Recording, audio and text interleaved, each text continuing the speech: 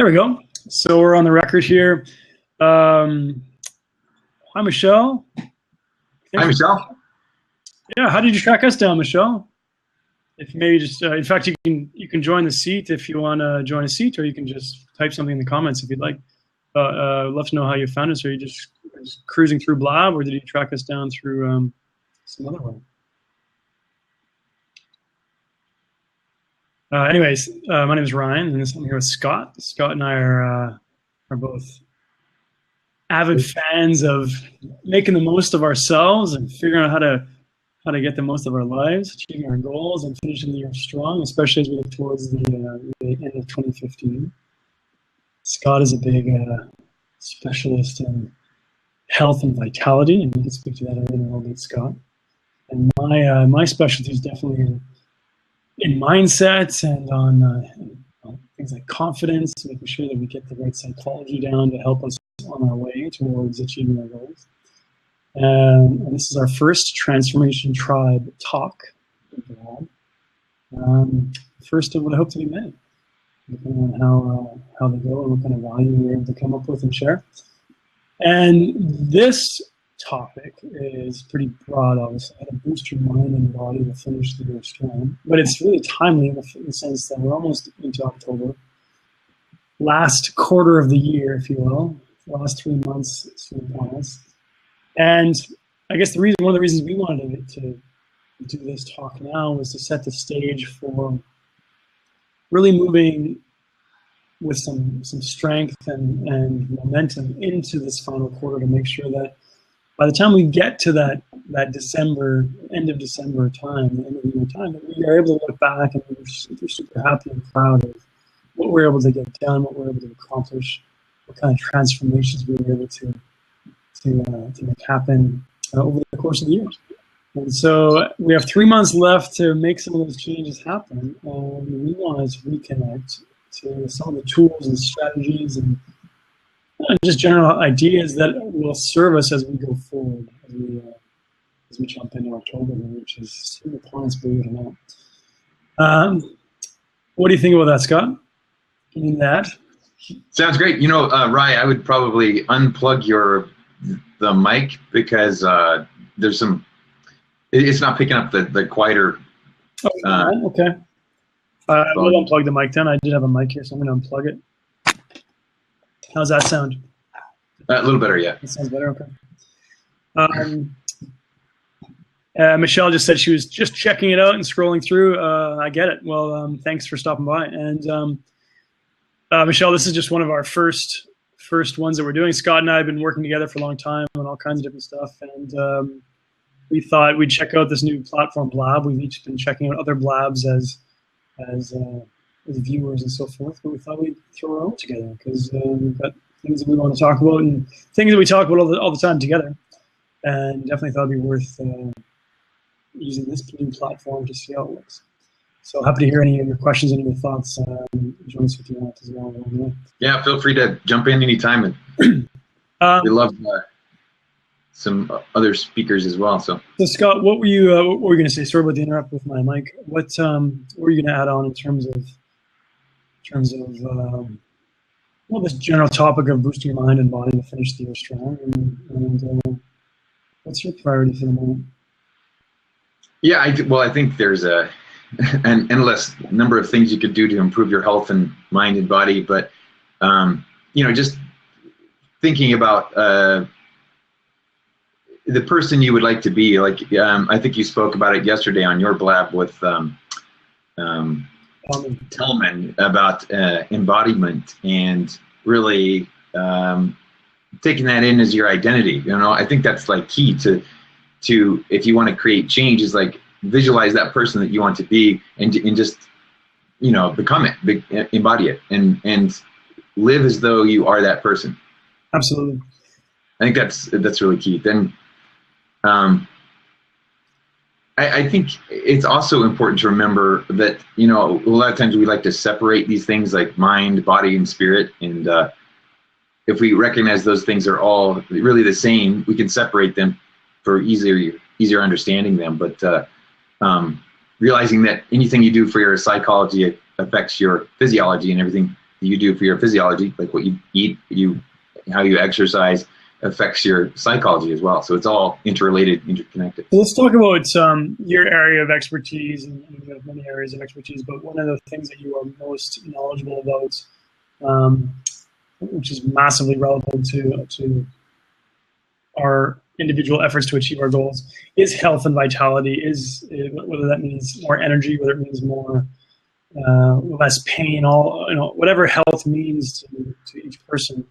And we mentioned that as an element of finishing the year strong, is to make sure that the body is tuned up. So what are some of the key, I know it's a big topic, but what are some of the key rituals or routines that you put into place relevant to your body to make sure that you are tuned up, and that and then maybe the second part would be things that you need to get back into more of or apply more of to make sure that you personally finish the year strong, okay? Because we got 3 months out, 3 months away from where we want to be. So what things have worked well for you, and what things do you think you need to maybe do more of or tap into, which you haven't done yet, and so forth, to keep your body tuned up and achieve your goals for the year? Right. Well, again, and then I think there's 2 other points that I wanted to point out too that are helpful reminders anytime you're trying to create change with your vitality and health and well-being. Is if you look at the grand picture, the overall picture, what you're really trying to do is find the resistance, the stagnation in your mind, your body, and your spirit, and realizing spirit in many cultures, the same word means breath, right? So it's the life force that's animating you, basically. So as you track those down and find out where the resistance is, where the stagnation is, you're really essentially just returning that back to a flow state, right? So as we are in the flow state, whatever you want to call that, connection, the yogic state or whatever, it's going to create the health and well-being that you're after in whatever area of your life. So, and there's some key things to that, I think, to pay attention to. And I think one of the things as far as like health and well-being, and especially with the physiology of your body, is to pay attention to water, to the water you're drinking, to the hydration of your cells. Yeah. Because again, your body's designed to take care of itself. But one of the chronic issues with most of us is that we're chronically dehydrated, and there's a number of reasons for that. But it's not just drinking water, but the quality of your water makes a big impact. Would you like me to go through the different types of water? How long does that take? No, sure. Yeah, go for it. I mean, I know when you raise that, it's like some people might think like, oh, okay, water, yeah, I get it. But it sounds simple, but it's there's more to it. Simple, but it's so massively important, and even just making a change like that can have a huge impact on energy levels, and therefore down the road, health and success. So yeah, go for it. Absolutely. And in some water that you drink, for instance, if you're drinking tap water, stop that. There's so many reasons why you don't want to drink just tap water, and some people drink distilled water, some people drink spring water, some people drink reverse osmosis, filtered water. And so how do you know what's best and what those do to your body? I think is important. And most all of the health experts I follow promote drinking spring water, number one. And there's, again, a number of reasons for that. But one of them is because it's naturally mineralized. So a lot of water is devoid of minerals, especially if you're drinking distilled water, there's nothing in it, right? Yeah. And that creates a polarity, a charge, a magnetic draw in your body. So as you drink distilled water, it's pulling minerals out of your body back into the water. And so, what's that? It's actually leaching them from the body. Yeah, so this is good, like if you're doing a cleanse or something like that, or to drink it once in a while. But if you're drinking it all the time, that's not good at all for you. So that's why it's important to pay attention to these little subtle nuances of water. It sounds simple, but it's really complex. So the deeper you get into it, there's people that devote their lives studying water. But The other thing is that also reverse osmosis water, which is probably one of the best filtration systems that you can do for water, but that pulls everything out, but then you're still devoid of minerals, and nutrients in the water. So you want to remineralize it, and a lot of people will put like a sea salt in it or a block of sea salt so that the water can remineralize. But there's also, you can get into the structurization of the water, and again, spring water is naturally structured. It essentially levitates up to the surface of the plant, right? Yeah. And so you go deep down that rabbit hole of studying the effects of structuring water. And Masaru Emoto, I think, is the Japanese scientist who went. You read that famous book. What was it called? What's that? The structure. Book. What was the name of that? There's several of them. His most famous one, let's see, what was it? Messages in the Water or something? Messages, yeah, in the Water, something like that. Oil molecules. I can't remember, but he passed away a few years ago, but there's several people kind of continuing on with that. David Wolf talks about quite a bit as well. But there's devices you can get, like after you filter the water, you can structure it like vortexing, it's called, or Dr. Mercola does it too, especially the water you drink. So it structures the water, and essentially it's what you're doing is reharmonizing the etheric or the spiritual aspect of the water. I know it sounds very esoteric, but if you study it at all, there's several resources out there that you can dive deep into that if you want to. But those are just some basic things to pay attention to. What is the easiest and fastest improvement that people can make when it comes just to something simple as water? Like what do you use, or is what you use complicated? Like what's one of the easiest things that people do? Well, I drink spring water, which is naturally balanced, mineralized and everything, but it's also pure. Like the water I get is from several thousand feet deep. It's never been touched with chlorine, fluoride, any of those things, any kind of chemical toxic pollutants. It's very pure. It comes from deep down in the earth, and so it's naturally filtered by the earth and then comes up by itself. And there's a lot of to say about how it comes up to the surface of the planet. Most people just skip over that part, but there's some interesting things about that. But that's what I do. I drink spring water, and then sometimes I'll put sea salt in it and vortex it, either as into the glass, or as it's in the glass, or vortex it. And for people who don't have access to an easy source of spring water, what's the best alternative? Well, if you have some kind of filter, those little things you hook on your sink, the pure ones or Brita, those actually don't do too much. They may be better than just drinking tap water, but a more effective solution is to get a reverse osmosis device, and then you can put like sea salt afterward, or put it in a pitcher with a chunk of like sea salt in the bottom, and so the water can actually naturally balance itself. Okay. Reverse osmosis sounds cheap. Can you get like a cheap reverse osmosis system? Or the price is coming down more and more because more people are buying them, right? Because just about everybody I know is filtering their water now. Okay. And realize that what you put the water into. If you're putting in plastic, the plastic does leach into the water, so you're getting those petrochemicals, which are going to affect your cells in your body. So it's something to pay attention to. That you're drinking out of glass and ceramic and things that don't, stainless steel, things that don't leach into the water. So that's important too. In terms of amount, what is the benchmark these days for amount to drink in a day? Do you know? I have an idea, but I've heard so many different variety of answers to that question, but I would say it's individual. It's like up to the person, because most of us are dehydrated, right? But there could be other reasons than that we're not drinking enough water. That the cells are not soaking up the water. And why is that?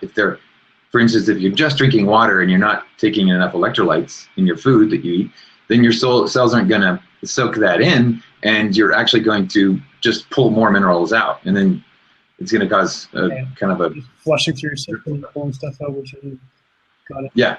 So I would say for most people, drink more water than you're drinking, but also with that, if you're eating better, your cells are going to soak it in more, and so you'll stay hydrated more. There's some other things you can do, like take Mega Hydrate, and we can talk about that later when we get into supplements if we touch on that. One of the benchmarks I often had was half your body weight in ounces. So I don't know if that's yeah. I mean that might be a good starting place, but also checking into where how you're feeling. Also, because there's a thing called hyponatremia, which means you're drinking too much water, and again that causes problems because it's flushing out too many of your minerals, and your body needs those too. So there's a lot of things to pay attention to, but really kind of learn to develop this sense of intuition about how you're feeling, regardless of what anybody else says. I think that's really key, is like tune into how you are particularly feeling with whatever supplement or whatever food you're starting to adopt, or if you're feeling hydrated or not. You can tell too by if you pick up your skin on top of your hand, and if it kind of sticks there, stays there, it means you're probably dehydrated. Your skin should be somewhat supple and resilient. What is your favorite and fastest source of electrolytes aside from just regular diet? A lot of people they're not aware necessarily of the components of their diet, certainly at a level of electrolytes. So what can people do to supplement or make sure that in addition to the water, they're actually getting the electrolytes they need? Well, some of the big three probably are sodium, magnesium, and potassium. Yeah.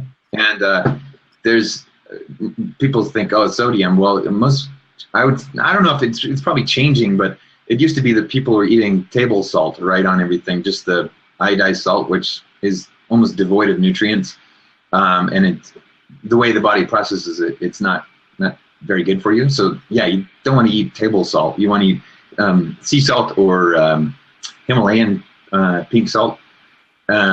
These have 84 plus minerals in them to help remineralize your body. But so that's one. Sometimes I'll just put a pinch of sea salt in my water if I'm drinking just filtered water.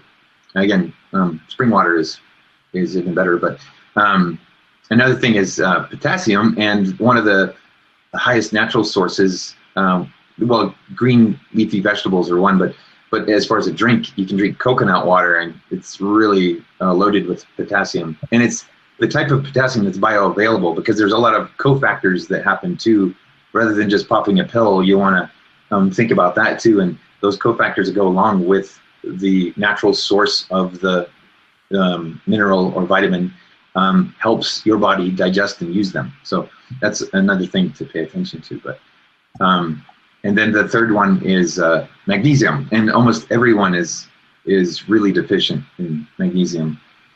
And one of the quickest ways to get it into your body is to do Epsom salt baths, because Epsom salt is essentially magnesium, and you soak it directly into your bloodstream because it's coming through the skin, so it doesn't have to be processed through the liver, and so you get it directly into the bloodstream, and that will make a big difference. Especially if you've got a lot of sore muscles and muscle fatigue, quite a bit. That's a great thing to do. And actually, most people like this. One of the best natural sources is raw chocolate or cacao. All right. So yeah. Source of magnesium. Yeah. Mm-hmm. Yeah. Okay.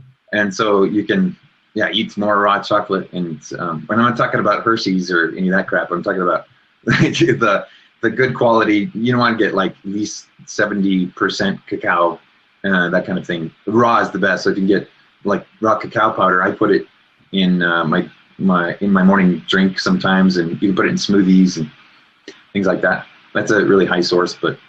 And green leafy vegetables are a good source of that as well. So if we were to summarize that a little bit, in terms of electrolytes, we had sea salt, especially Himalayan kind of sea salt, and good quality sea salt, potassium, and which you mentioned, coconut water is a great source. Bananas, I always thought of bananas as a good source of, They are, but not as much as you think. because they have all the fructose as well, right? Well, and actually, per weight, I think green leafy vegetables are actually much higher. Got it. So if you're drinking green smoothies, that would be better, or green juices, that'd be better than bananas. But and magnesium, Epsom salts, and raw chocolate. The other thing that I actually take, because most people are so deficient, I take a supplement called Calm, and I put it in my water and stir it up. It's just a powder, magnesium powder. That one's magnesium citrate mostly. Yeah, you got it, man. Nice.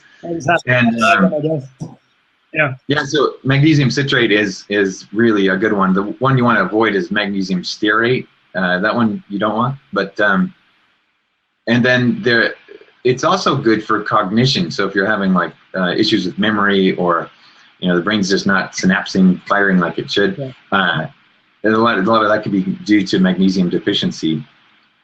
And the only one form of magnesium to go through the blood-brain barrier it's called magnesium threonate, and so you want to make sure your supplement has that in it if that's what you're going for, is better cognitive abilities. So it's good for like people with Alzheimer's too, probably to look into that, right? Is a lot of that they say is caused from deficiency. So let's I know we kind of went down the rabbit hole a little bit in terms of water, and then types of water, and then electrolytes and so on.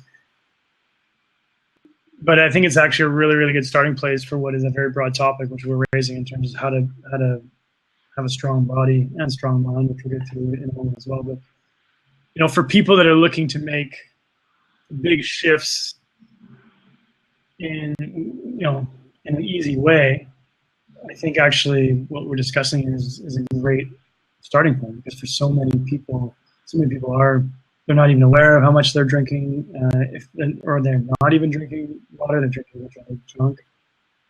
There's no substitute for water. Coca-Cola is not water. Coffee is not water. All these other things are not water. They are other stuff.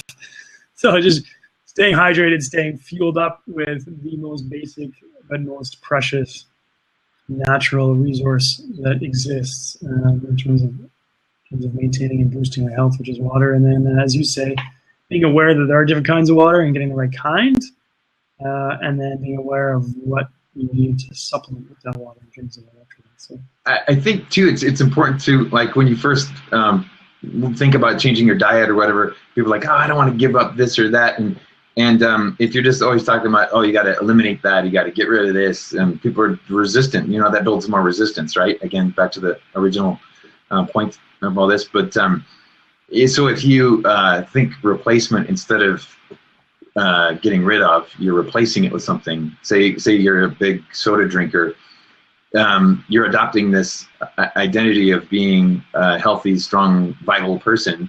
And so why not give it an experiment to see for 30 days and see what the difference is? Why not give it a shot? If not today, then when? And so you just replace your soda, whatever, with water. And the money you're saving by buying all that shit on the shelf, those drinks that you could easily afford a filter. So, and I think it comes to the larger point of starting small, of starting with incremental shifts, incremental changes, and then building on them, so that transformation doesn't become such a intimidating prospect, so that the idea of change isn't something that is scary and therefore avoided, right?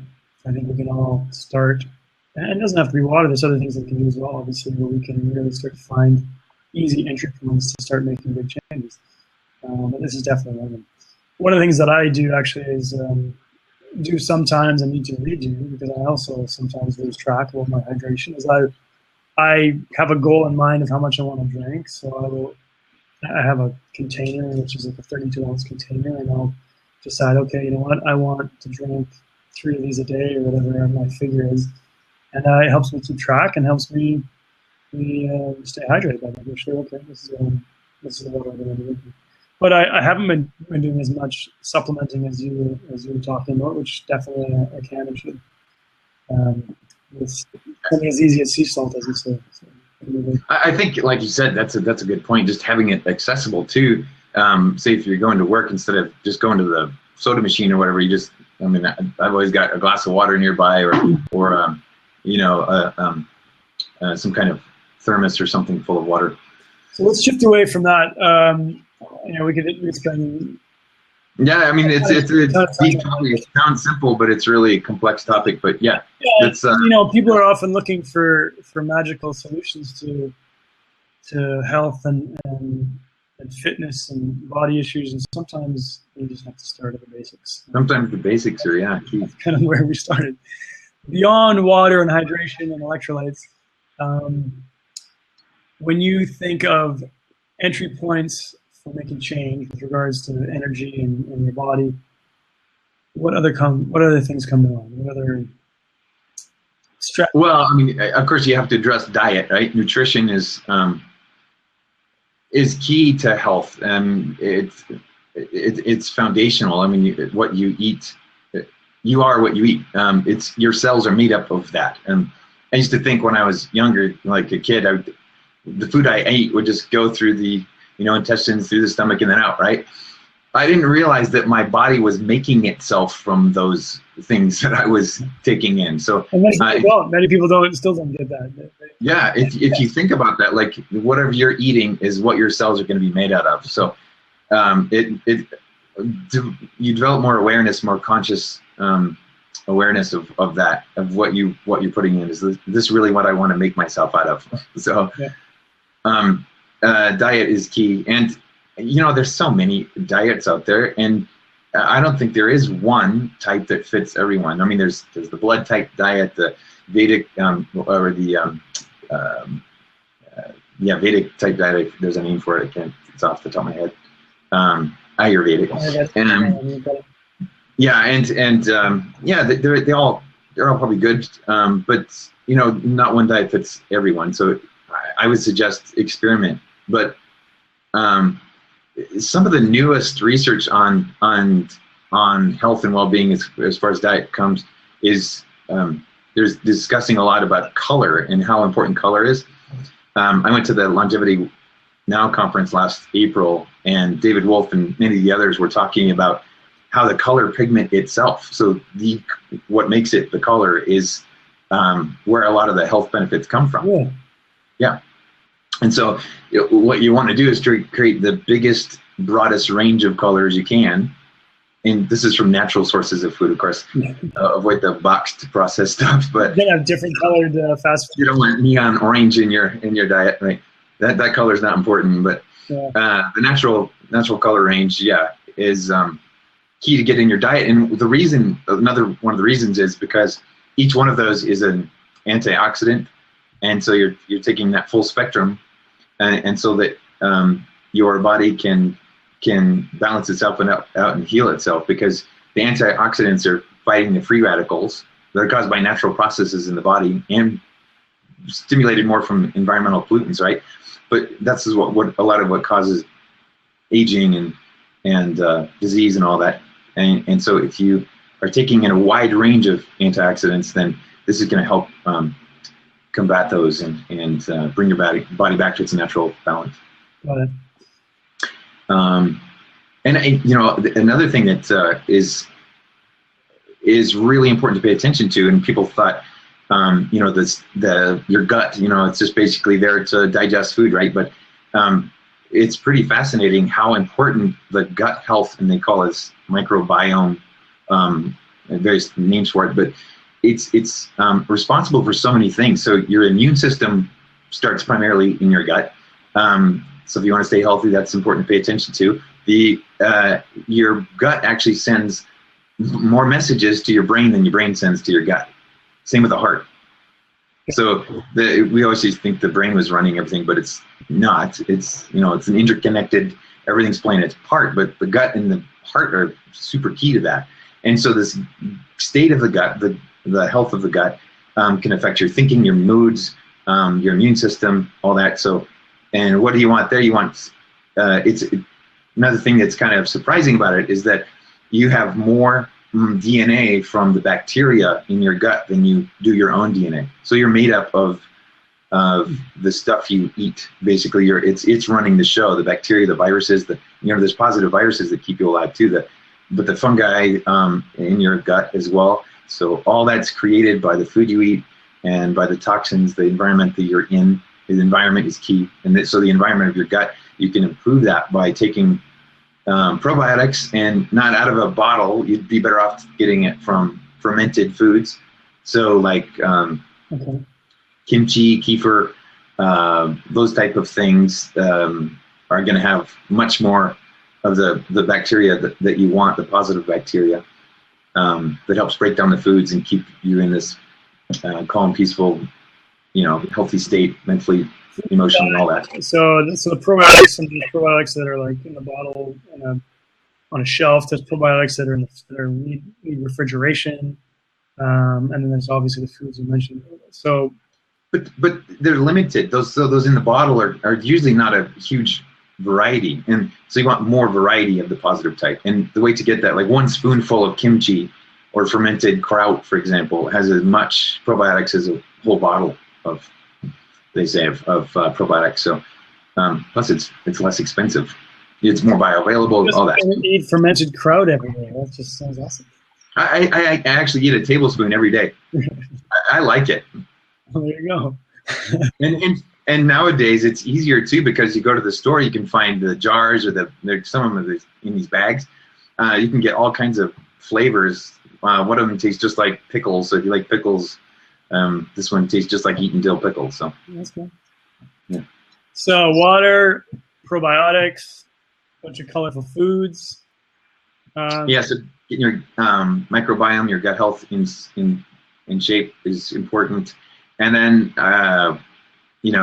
another thing is the type of food you eat. So eating organic over non-GMO, for example, is really important for a variety of reasons. But if people want to look into GMOs and the reason they don't want to eat genetically modified food, go straight to the top.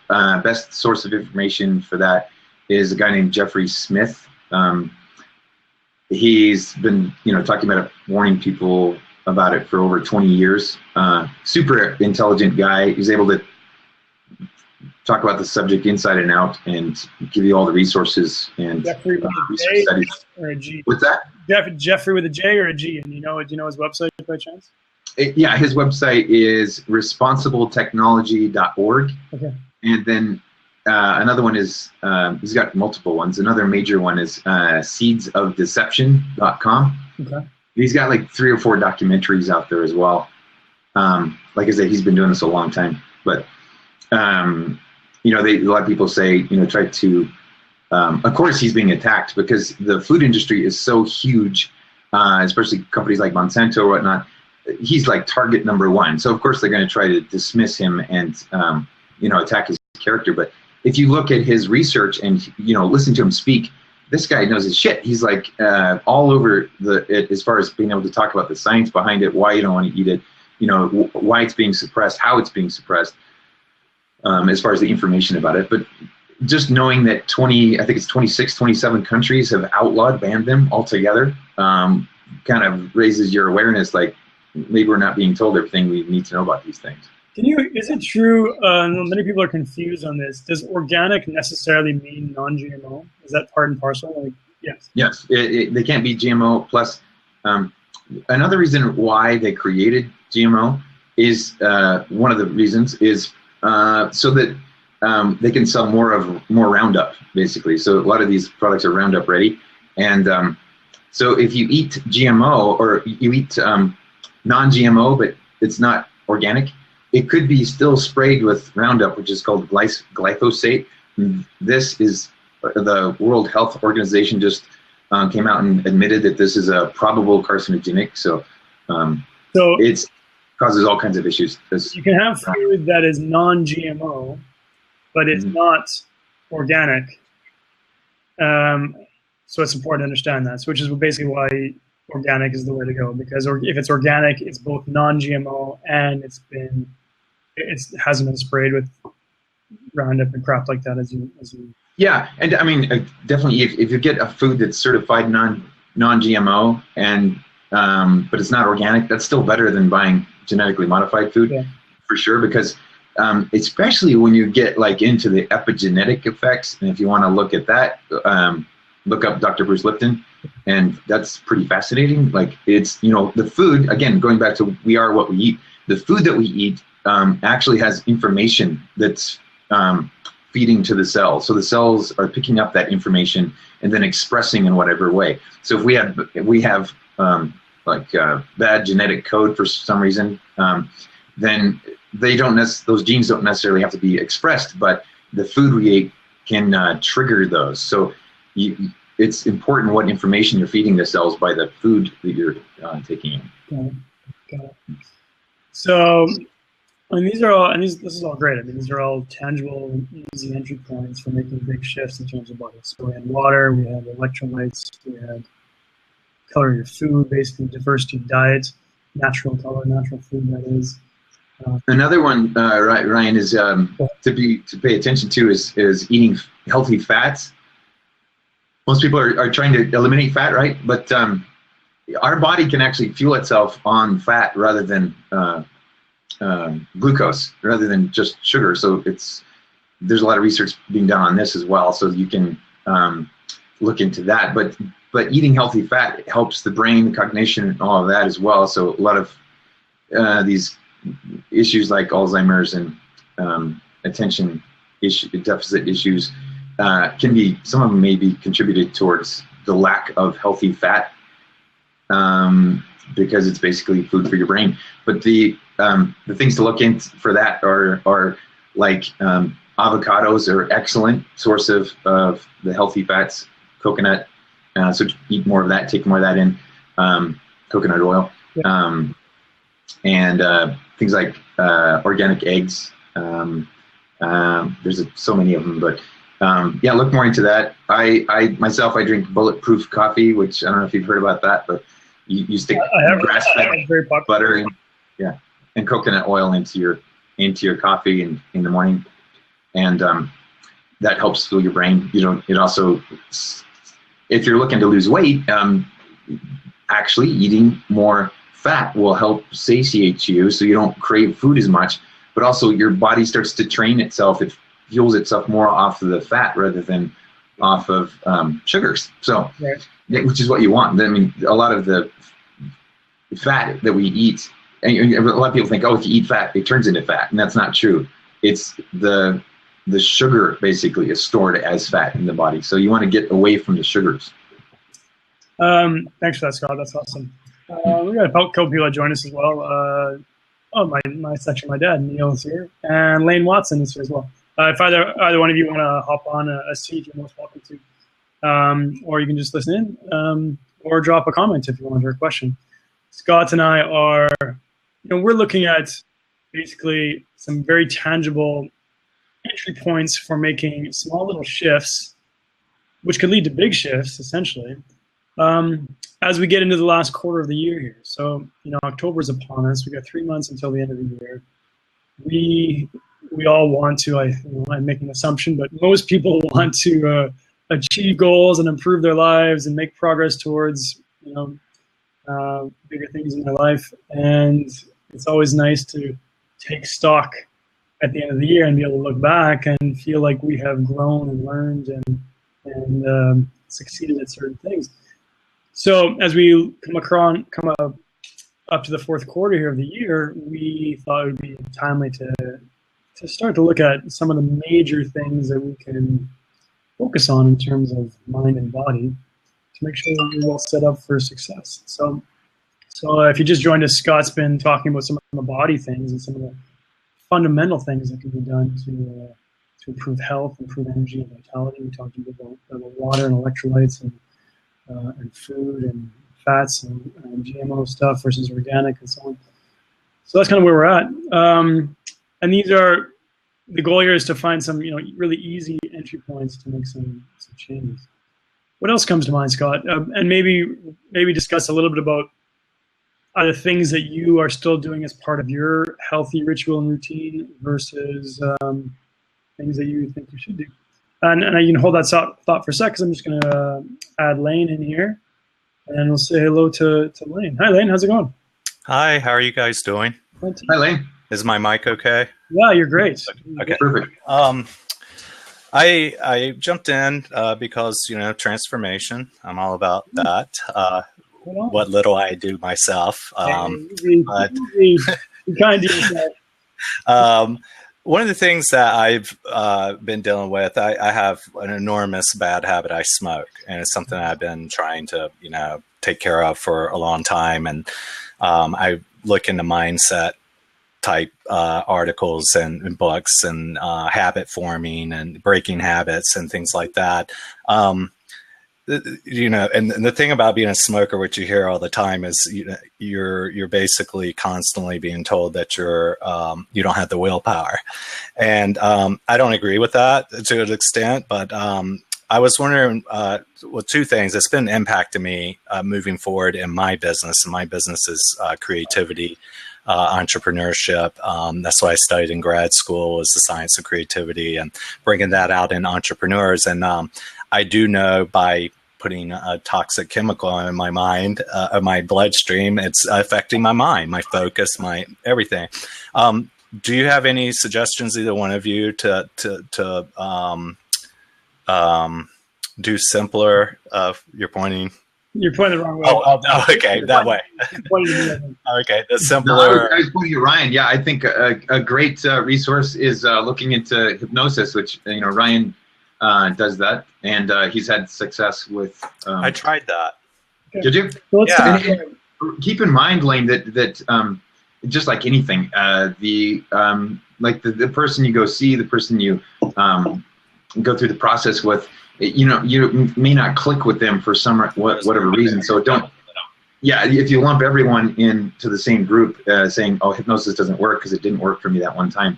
It could just be that you didn't have the right person that worked with you in the right way. So let's explore. We'll kind of do a little detour from the topic we're on, but it's all very, very relevant in terms of body and health and so on. So if I'm happy to give you to explore this for a couple minutes with you, Lane, if you're interested, for sure. Sure. How long have you been smoking? On and off, 20-something years now. Long time. Have you quit before? Yes. When was the last time you quit? Oh, let's see. It was quite a while. I was in my 20s, and I'm 42 now. So. And so a few months ago. And how did you quit back then? The patch and sheer willpower, and I think when I really identify, I really isolated myself from. I went into my writing, and I went to the mountains, and I went into my writing, and so I didn't have the triggers, the friends that smoke, hanging out the bars, stuff like that. So I think that was really important, which is why it upsets me that I could do it back then. And now I'm stabilized and have a wonderful 4-year-old daughter who I really want to quit for. Because the terrifying thing to me is, having a heart attack or something, and my 4-year-old daughter can't help me. She doesn't even understand. And watching, that's like the thing in my mind that like I try to focus to get quitting, to be really afraid of it. But and people say it should work, but it just doesn't get me over that hump.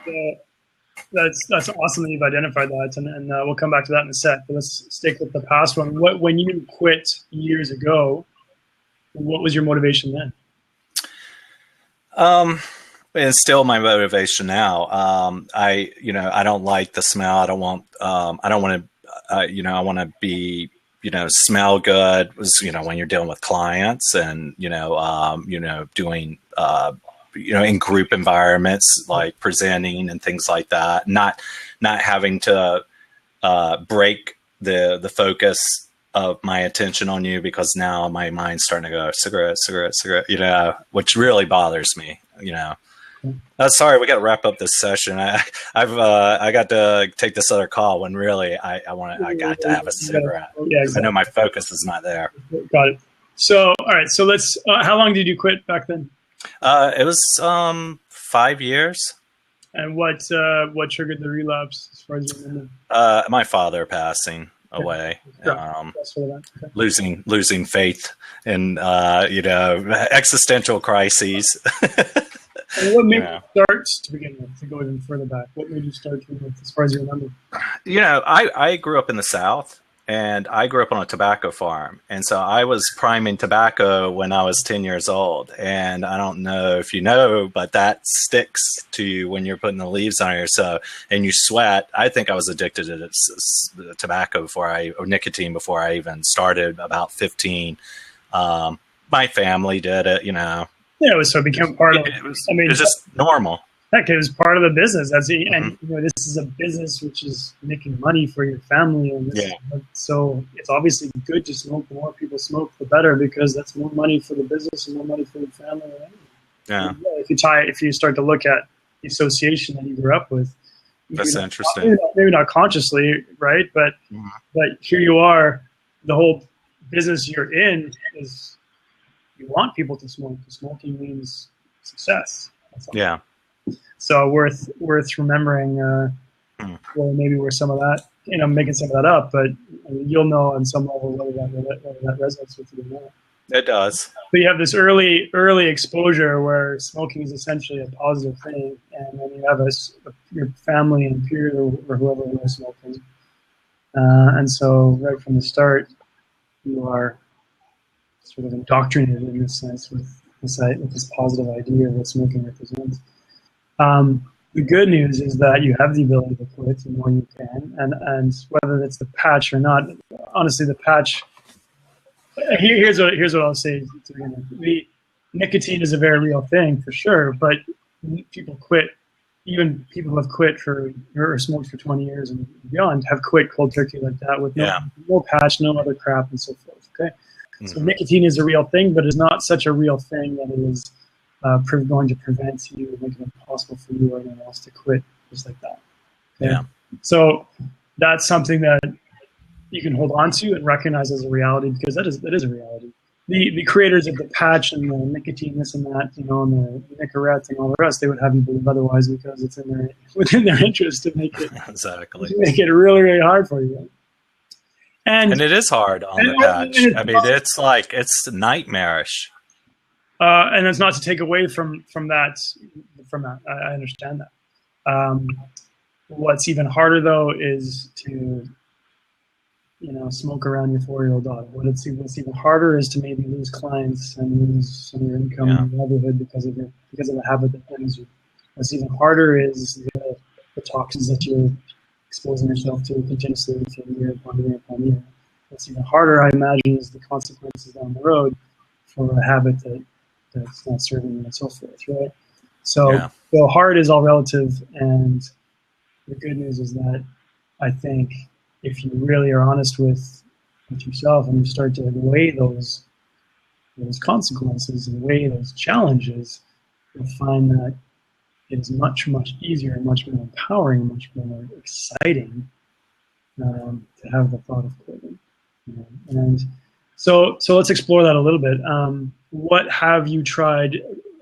What is causing this to resurface now? First of all, why all of a sudden is this an issue for you? Okay, it must be something that happened recently, I imagine, where this has come up. Yeah, this is a consistent theme in my life. I mean, it is really a shadow. If I really would identify it, I mean, people go, I love smoking, and I just think that's the most bizarre thing. I've thought that for the last 10 years of my life. I, just was like, why? It's like, that's what is frustrating to me, is that I just know it's a black shadow that follows me.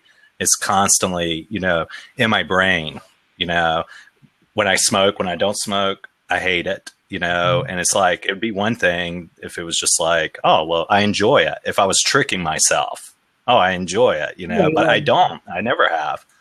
So the reason you're at the point now is this is simply like you're simply getting fed up, essentially. Hasn't been any recent conversation, recent event, recent motivation. It's a consistent theme. I mean, literally it is. And so daily. And, and if I see something about, boost your mind, transform, obviously that would be a huge transformation for me. Yeah, so, I get knowledge, wisdom.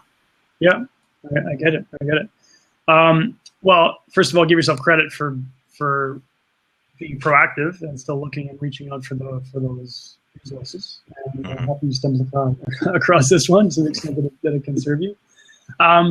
Tell me about that person you are who smokes, because the way I look at it is this: the person I'm speaking to now, the lane I'm speaking to now, is the guy who is craving good help and who understands smoking for what it is, and who cares about his daughter, and who is motivated to make a change, right? Mm-hmm. That is not the same lane who goes and lights up. Yeah. You know what I mean? And so it's important to distinguish between these parts of yourself, these identities of yourself, or these roles of yourself, depending on how you want to look at it. Because it is a matter of putting that role, that identity to rest, and letting this other one that is feeling crushed right now or frightened by the shadow of smoking, as you described it, and letting that part of yourself step up and take control and access the power that you have, and for yourself as well as for your 4-year-old daughter. Mm-hmm. And I point to that because that is your source of leverage. And what I mean by leverage is sometimes we do more for others than we do for ourselves, right? Yeah. When we do things for ourselves, there are specific reasons we do it for ourselves as well. Okay, what is it going to give us in terms of pleasure? And what are we going to avoid in terms of pain? Okay, so you have all kinds of reasons. We don't even need to really go into them. You know what they are intuitively, inherently, because they've been beckoning you in terms of the pleasure, in terms of what it is. And they have been scaring you in terms of the pain, right? So what you need to do is to keep those in mind and to associate to those, because that is the fuel that you need for change. When you talk about willpower, willpower is sort of a bullshit concept that we come up with to help understand this idea of taking action or not taking action, and maintaining momentum or not maintaining momentum, and so forth. Okay, willpower for the most part, it doesn't really exist. What exists is well, I mean, if you get into the realm of conscious subconscious, we're talking about you need some congruency between your subconscious mind and your conscious intent. Right now, your subconscious has an old identity, an old program for smoking. Okay, and that's why I mentioned it probably lies in those roots of when you were a kid.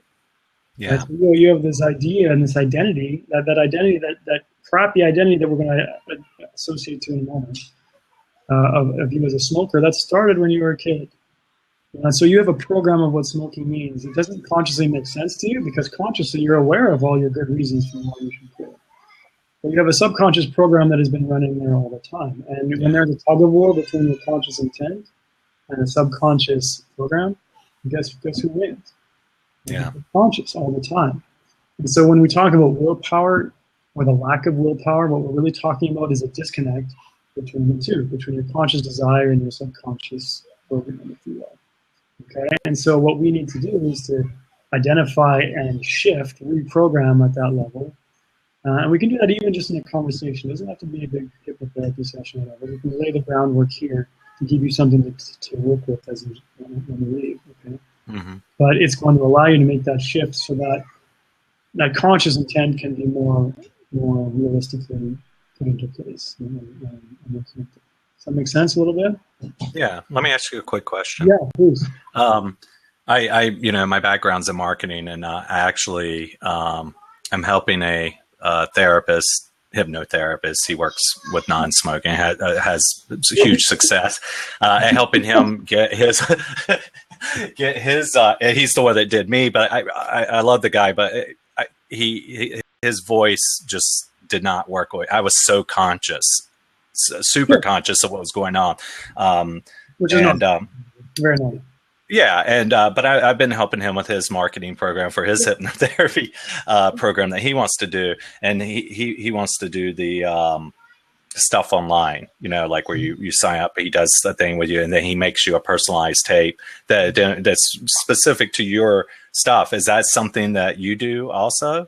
Like, or do you only do hypnotherapy in person sessions? I do it typically in my office. So I'm based here in San Francisco. I have an office where I do a lot of my hypnotherapy. Well, I'm in Vermont, so I guess that's not going to happen.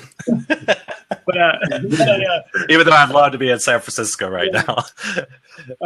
But I do different stuff. I'm a coach as well, and basically what I use hypnosis for is simply as an extra tool in the toolbox. Oh, okay. And it's not something that you need to get all excited about, because what you are looking for is a result. You don't really care how it's done, right? I'd be happy to work with you on Skype to explore this further, for sure. Mm-hmm. That's something I do occasionally. I don't do it all the time, because usually I just have my clients one-on-one, because it is easier one-on-one just in terms of building rapport and getting into it. But it's not required, for sure. So definitely, I'm happy to direct you to some info or something to my site, and you can reach out to me. You can go. Yeah, please put your site down in the sure. Chat. I'll do it now before I forget. But or maybe you can do Scott. Scott, do you mind looking up my hypnotherapy site and just pasting in the link there? Oh yeah, I can do that. Thanks, bud. In the meantime, Lane, let me give you just a little kind of a takeaway idea, which is something that we can build on and expand on in a session if that's of interest. Is to, as I was kind of alluding to, is to reconnect to that smoking part and recognize that smoking part has its own agenda. Okay, so that's the smoking part, the part of you that doesn't want to quit. It doesn't want to quit for all kinds of reasons. Okay, and that part of you isn't trying to hurt you. It's not trying to drag you down. It's not trying to do anything wrong. On the contrary, it's trying to serve you. So I just posted your link there, Ryan, down at the bottom for the hypnosis. I appreciate that. So Lane, it's something that you can do even just sitting in a chair and closing your eyes and reflecting a little bit, almost like trying to reconnect to that part of you that smokes, and then do some reflection. Why would I smoke? How is smoking actually serving me in some way? Because if you and ask yourself that, base that on the assumption that part of you does assume that smoking is serving you in some way, and it might be, and I'm making this up, but it might be again because smoking is making my family proud that I'm contributing to the business or supporting the business, or I know that might sound intellectual, it doesn't make sense. But that's the kind of rationale that is deep-seated, which is what makes us hold on to a bad habit. The only reason we hold on to a bad habit is not because we're masochists and want to hurt ourselves. It's because there's some reason, there's a positive intent behind that habit. Okay, so that's transformative. Good. Really, I just never even thought about it in that paradigm. Let me give you a nice tangible example of this that makes sense. Okay, so someone who's overweight and wants to lose weight. So the conscious intent is very obvious. Well, I want to lose weight because it's good for my health. I'm going to look better and I'm going to attract all the people I want and all this kind of thing. Great. And that's easy to figure out, just like it's easy to figure out why you want to quit smoking. So why does that person all of a sudden find themselves on the couch with a bag of chips? Okay, why does that happen? When they have all these reasons to want to go and work out and lose weight and eat better and all these things. Well, following the same reasoning of there's a positive intent behind that identity. That's a different identity. The identity of the workout person is different than the identity of the person who's sitting on their fat ass eating chips. That identity is different. So what is the positive intent behind that identity? Well, it might be, you know what? I work really hard, and it's important that I give myself some me time, and that I relax and take care of myself and pamper myself. I don't care what I eat. That's not it's all about relaxing, and I deserve to just veg and watch 8 hours of Game of Thrones and eat junk. Okay, there's a positive, even though there are negative repercussions, obviously, the core intent is to serve you. Okay, and this shows up in our lives all over the place. And that core intent is coming from an original program that you have. there is an original reason for why that motivation is what it is. Okay, and here's the challenge.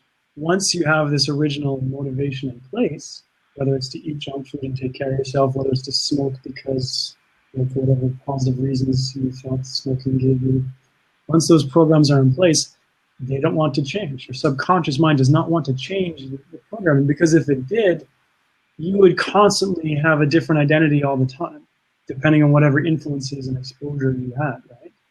Because every time you read a new book with a new idea, or every time you had a conversation with someone who had a new opinion, and your program just was changed, every day you woke up, or there'd be no consistency in who you are as a person. Does that make sense? Yeah. Yeah. So your subconscious's job is to keep you the same. So you grow up and you have all kinds of ideas of what the world is like, of how the world works, of how you belong in the world, and what you are about, and what you have to do to be loved, and what you have to do to be successful, and what you have to do to be, you know, cool, and all these things. And once those are established, it becomes very challenging as we are adults to make those changes. But they can be changed, and it starts with simple awareness of what is driving that program. And so what you can do as a takeaway is really reflect and embody, first of all, embody that smoke. That identity is always knocking. When you're dealing with a client and then you know you need to smoke, yeah, part of it's nicotine, I mean, for sure, but part of it is also that well-developed identity, like a smoker lane, whatever name you want to give him, and I would encourage you to identify him with a name right from the start. Okay, he's knocking on the door saying, "Hey, it's time to come out and play."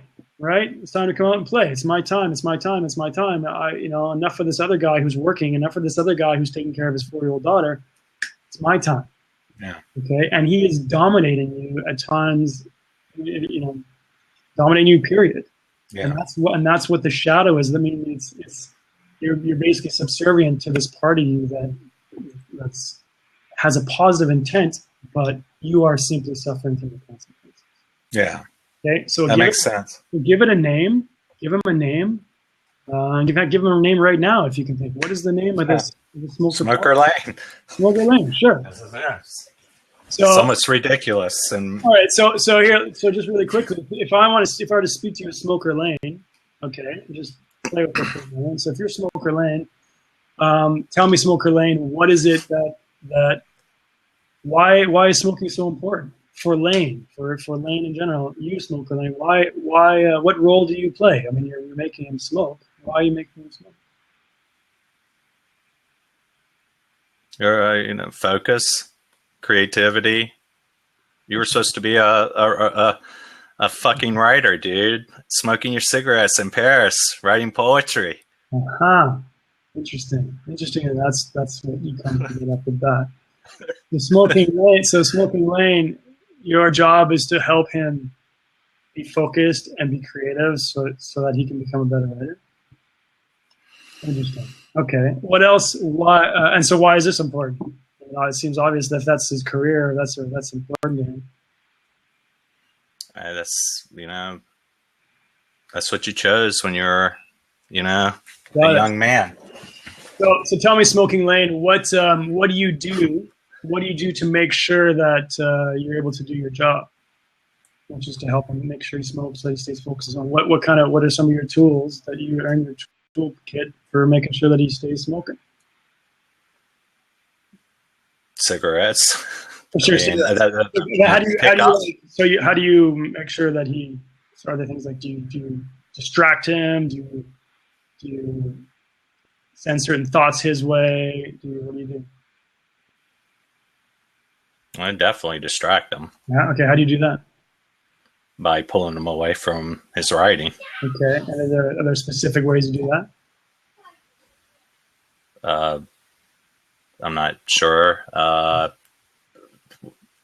Calling out. So what does Lane typically think of? Does he suddenly have a? Are you talking Smoker Lane or Lane? No, I'm talking to Smoker Lane. Oh, okay.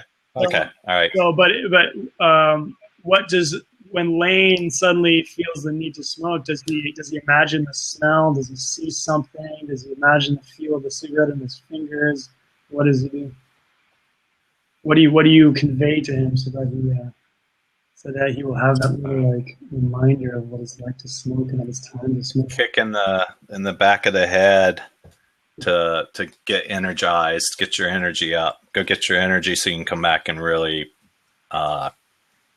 hit the home run with the client or writing. Oh, and that's what smoking gives him, is that kick is that energy. Yeah, gets him when he's starting to fade or he needs to take a break because his focus is. Get him outside. So your job is a super important job, which to help him stay focused and energized and creative, so he can do his stuff. And so basically, in moments when Lane is waning and not getting what he needs, you give him a kick to the back of his head to say, "Hey, I got just what you need. Come on outside for a smoke so that you can get that creative shot, creative juice, and then you'll be ready to rock for that next client or that next session of work," something like that. Mm-hmm. Interesting. Okay. What makes that challenging? What makes your job difficult, Smoker Lane? Is there another part that Lane has within him that is sort of on the other end of that tug of war, if you will? Right? I mean, you're doing a pretty good job. You've been doing a job for freaking years, and you're totally dominating, right? But there's still got to be some resistance from time to time that you bump up against. So, what is the other part that you bump up against, or that's on the other end of that tug of war rope once in a while? His daughter. So you've been tug of warring against a 4-year-old. What are you even thinking of? That's not really fair. Yeah, Okay. That is true. So that's actually her. But and is there a part within Lane? Maybe it's the part that is taking care of that 4-year-old daughter. What's that part's name?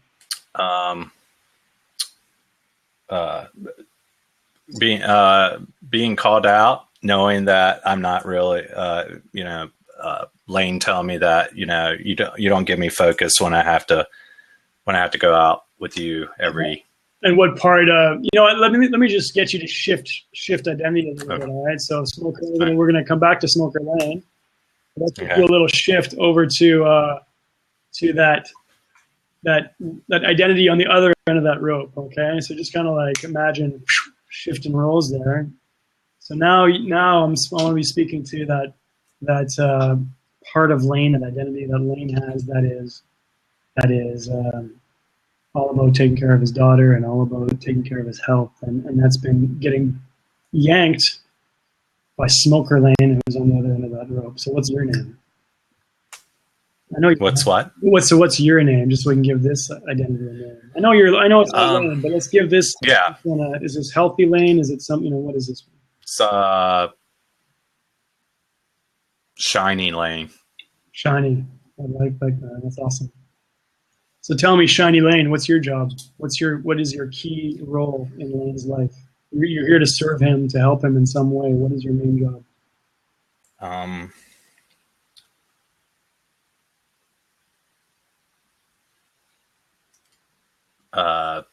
Vibrant, to remind him of his vibrancy in the world. What else? Does that sound very unsure? No, it sounds great. No, it sounds great. What else? To be, follow the purpose that you have, which is what I have, which is to, love, my family, my daughter, the world, to offer my gifts of creativity and insight. Good. But how do you go about doing all this? What are the best tools that you have for reminding him of his vibrancy, for connecting with people, relationships, writing, writing articles, building my business so that my message gets out there to help others. And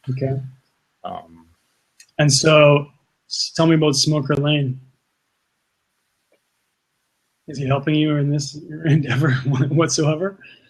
Or is he getting in the way all the time? He's certainly not helping. So what do you think about him? How do you see him? How do you view him? I'm angry and frustrated with him. You know what's interesting? I'm going to interrupt you there. Do you realize what his job is, though? To do the positive things for to love and support Smoker Lane. Exactly. I mean, it's interesting because you guys have been on the same team. You kind of have exactly. I didn't realize that now. Right? I didn't realize it. But what I also think Smoker Lane didn't realize is that, despite the fact that his intent is very positive, the repercussions are obviously negative. Because he doesn't. Yeah, he's having the fun, but I'm paying the consequences. Yeah, well, he's focused on doing a good job, and he's been doing a damn good job. He's been a damn good job. He's been doing a good job not only now, but was doing a good job early on. You know, it's to the point where when he was a kid, his parents were probably proud that he was doing a good job at such an early age. And just like all the other people that he was around, he did a good job. Yeah. But Smoker Lane, make me cry. Smoker Lane until now maybe just didn't quite realize what the consequences are. And Smoker Lane also didn't realize that he's actually on the same team as Shiny Lane, right? Yeah. So here's the thing. There is a way out of this, and it's this. It's by understanding that you can work with Smoker Lane, and there's going to have to be some behavioral shifts here to make sure that instead of being in this constant tug of war where you are battling nonstop, and you, Shiny Lane, I know you've been getting your ass kicked, right? And it's tiring. To your credit, though, you also stay strong because you have massive reasons to now. It's not just about your own health. It's about the health and the welfare of your 4-year-old daughter and your family and your clients and your business and so forth. But in particular, your daughter, who is obviously your biggest source of leverage right now and source of importance. So you have an opportunity to, instead of wasting your energy and wasting your resources fighting each other, to unite and recognize that you've always been on the same team. And instead to pool your efforts and to find out what is the best way of achieving the same results, which is going to be as efficient and effective as possible, right? So you, Shiny Lane, if you were to provide more support and guidance instead of fighting Smoker Lane, and don't worry, we're going to talk to Smoker Lane in a moment, and we're going to get him to make a commitment to make a shift. I don't want to cannibalize your channel or anything. No, Lane, I think you're providing a great, powerful opportunity for people to see. I mean, even if they're not smokers, how they can, think about or approach any kind of issue they're dealing with. It's really helpful, I think. Okay, fair enough. I commend you and thank you for being brave. Yeah, and thank you. This is all to the extent that you're comfortable in. So if any, I'm comfortable. Believe me, you're dropping some mad wisdom. Good. Well, thanks for playing full out, because this is important for what we're talking about, and what we're talking about is the identity shift. Okay, and really this is the key to transformation in general. It doesn't matter what the habit is that you're trying to break. It doesn't matter about the goal that you're trying to achieve. So much of it is wrapped around developing, identifying, and stepping into the new identity that you need. Okay, because that's all that we are. Is we are comprised of these different roles, these different identities, and depending on which one we feed and depending on which one we give preference to, is going to determine how we run our life. Okay, so yes, there's all kinds of tangible tools and things that we can do in terms of activities, and Scott and I were talking about specific health things and so on, but underlying all of it, and the strongest force within your personality, is going to be your sense of identity. And so the challenge that you have had, and that many people have, just in different ways, for you it's manifested in the form of smoking. That's the bad habit that you were trying to get rid of. But it's in a bigger picture an issue of identity. It's an identity tug of war. Okay, and you described it when you first came on as this shadow and this horrible thing, and I get that, because that identity has been given too much airtime, been too much prominence, and has been allowed to crush all the other parts of you, especially the part you just identified with, the Shiny Lane, that is struggling, admirably to achieve all the other goals, to stay healthy and vibrant and creative. Okay, So that's just to kind of summarize where we're at and why we're talking about identity. So first of all, what we need to do is we need to empower Shiny Lane a little bit to make sure that he is better equipped to get some more airtime. Okay, and he's going to do so with the support of Smoker Lane, which we'll deal with in a moment. But let's identify first of all what are some of the things that you do well on Shiny Lane when you are to help you come out and play, to help you get more airtime, to help make sure that you are strong and present. Okay, so what are things, just some very tangible things that you can do to make sure that you come out well? Does that make sense?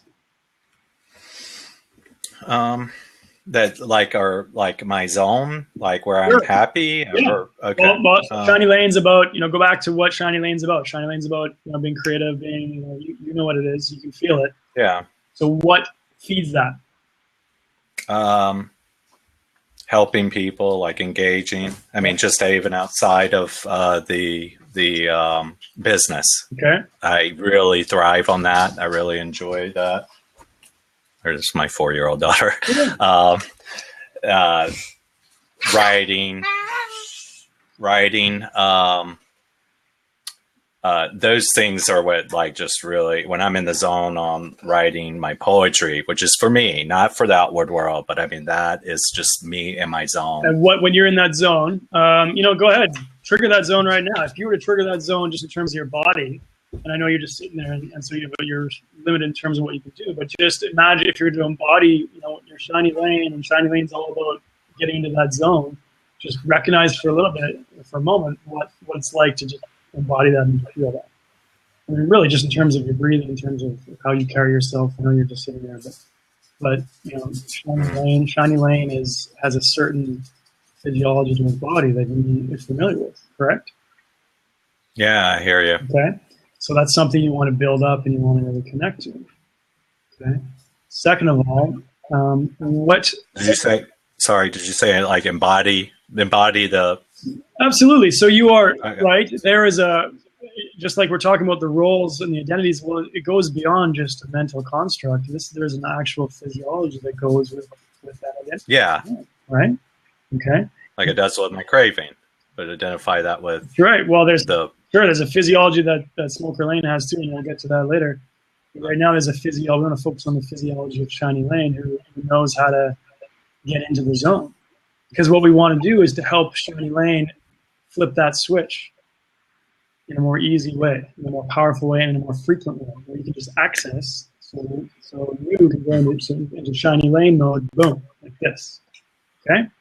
Because instead of just kind of stumbling into it and feeling it once in a while and then getting pulled by Smoker Lane and so forth. No, you want to intentionally flick the switch, access Shiny Lane, and own it, and then build it and condition it.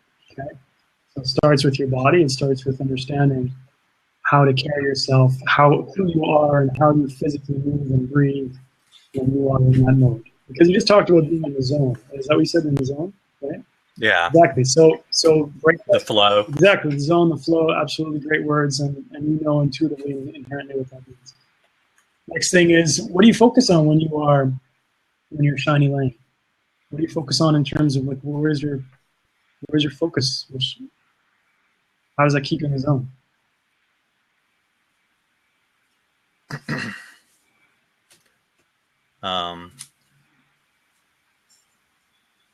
Possibilities. Nice.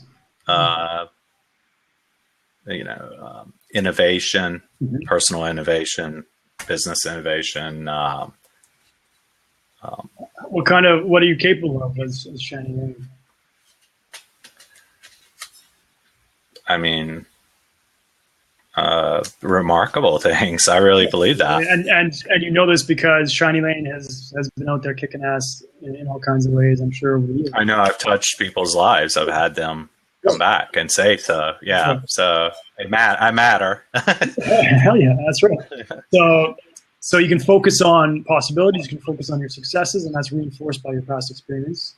You can focus on where you're going to go, your future success, which is reinforced by your past experience and knowing who you are and what you're capable of, right? Yeah. What are some of the things that you would tell yourself? If there was to be a catchphrase, a sentence, or even just a few words that encapsulates what Shiny Lane is about, what would that be?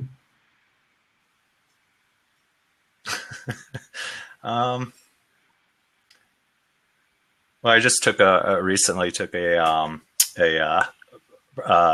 values index thing, Yeah. core values index. Yeah. One in particular, this Your Unchanging ones, and I'm a wisdom innovator, merchant lover. So that's what I would use. Sweet. I just love it.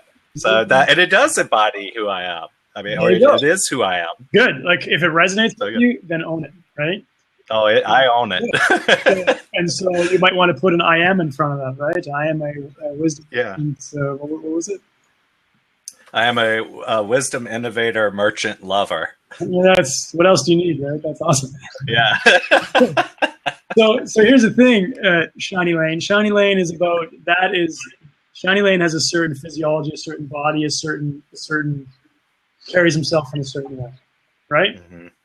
Shiny Lane focuses on what he is capable of, and that's reinforced by his past successes. He focuses on the people that he has helped, the value that he has created, and that he provides. He's focused on the limitless possibilities that await him and his incredible potential. Correct? And you could go on. I'm using my own words here, but you have your own descriptions and your own ideas of what that means to you. Am I right so far? Yeah. Correct. Yeah. Yes. And then you have this language, this little reminder that you can tell yourself, I am this amazing description of what you're really about. Okay? Mm-hmm. That's awesome. And this is the identity I assume that you would like to have come out and play a bit more often and not be so easily crushed and distracted by that smoker part of you who's trying to dominate and interrupt it essentially at will. Correct? Yes. Okay. Yes. So first of all, what Shiny Lane needs to do is to actively show up a little bit more often and more intentionally, okay? And so to do this, what you want to do is create and practice, but create a time, give yourself a time when he can actively show up. And you can practice it by it can be as simple as stepping across the threshold from one room into another. And as you step across that barrier into your home office or something, or into your other office, or wherever you work, or wherever you need this persona to show up, and stepping into that space and taking on that physiology, reminding yourself of that focus, and telling yourself what you just told yourself about who you are and what you're about. Okay? It sounds very simple, it sounds very basic, and it is, but it works. Okay, and it's going to work even better when you practice it in your conditioning. Okay? So it's like building a muscle. It's like going to the gym.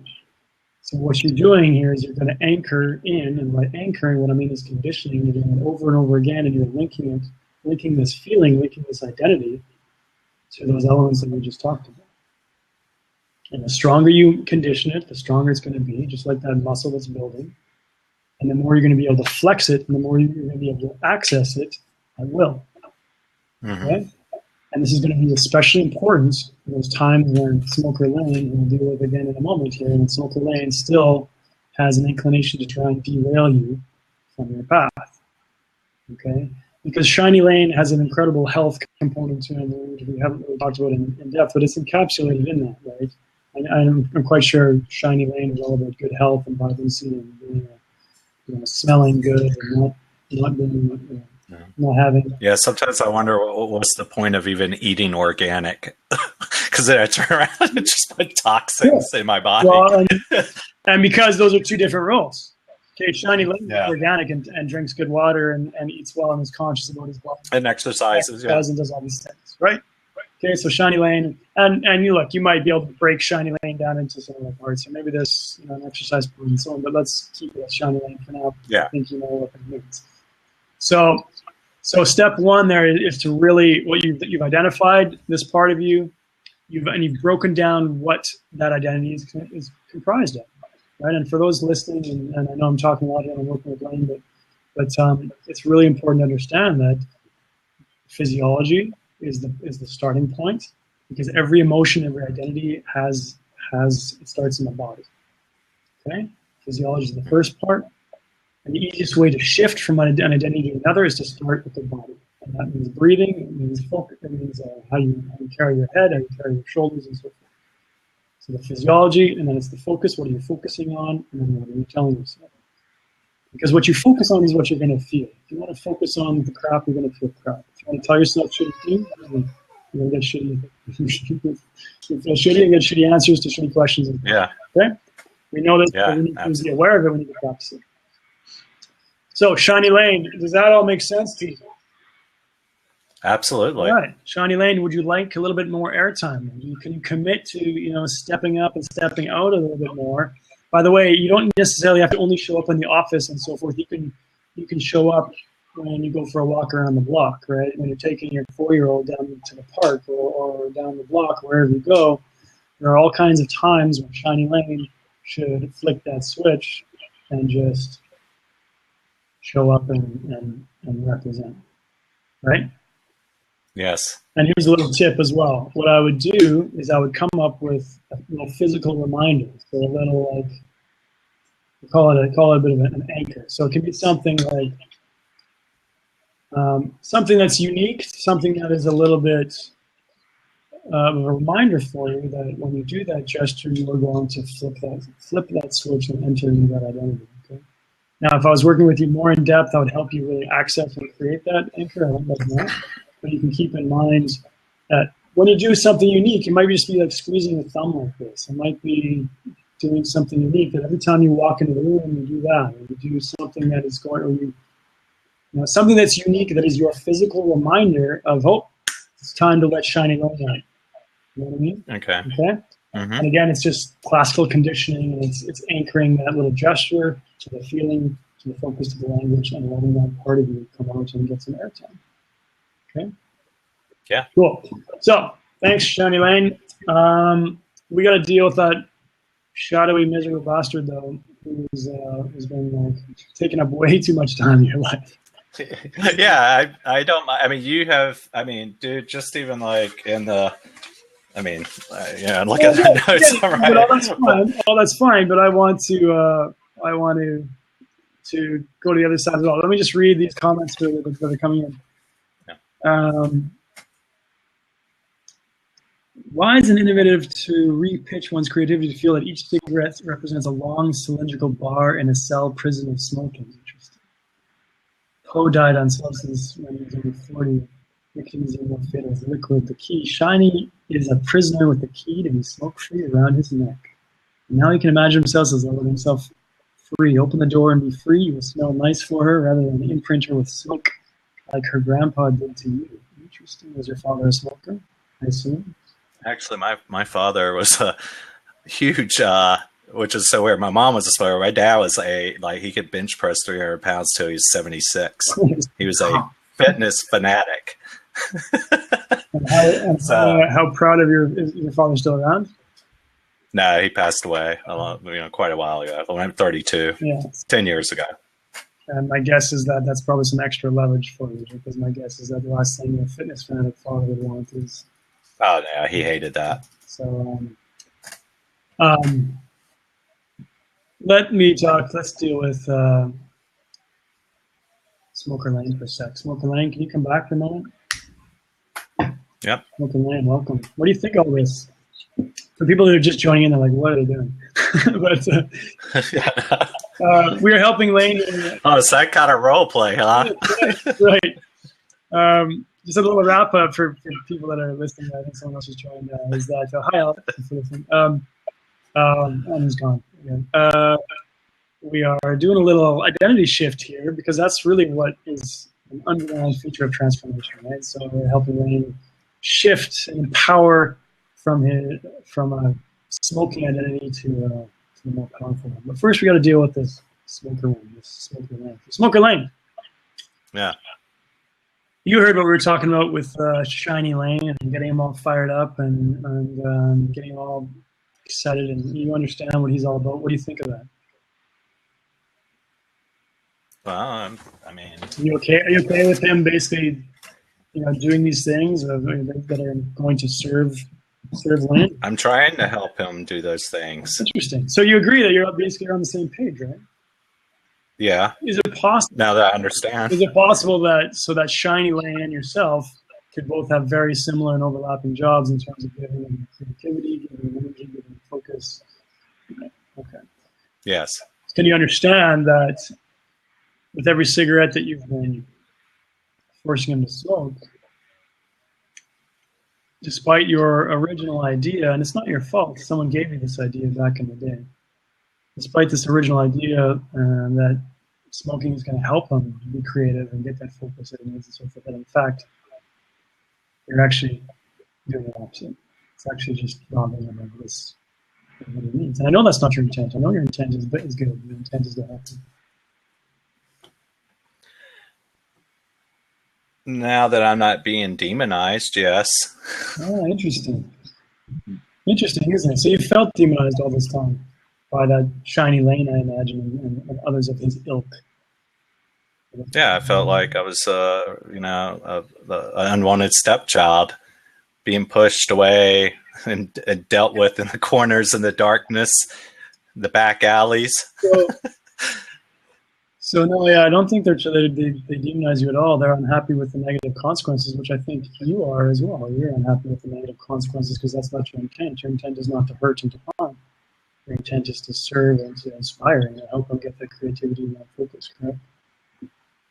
So yeah. So with that understanding and recognition, knowing that you're all on the same page, that there is no tug of war. In fact, you're all on the same side. How might you go about shifting your approach to helping Lane achieve his goals? How might you essentially play the role that you're playing,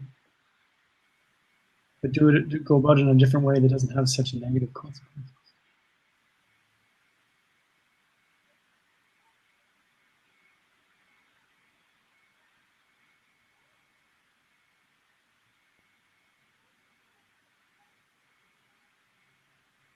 You want him to be creative. Release. I'm sorry? I just want to release. What do you want to release? Control. What have you been controlling? Monopolizing his brilliance. Yeah. And perversely, in trying to do so, you've been constraining him, hasn't you? Yeah. So what would you need to do to release? Who's been running the show? Who's been deciding that there has to be so much control? And at what point it's you, essentially, or are you acting on someone else's orders? Yeah, it's me. So what would you have to do to just not control someone?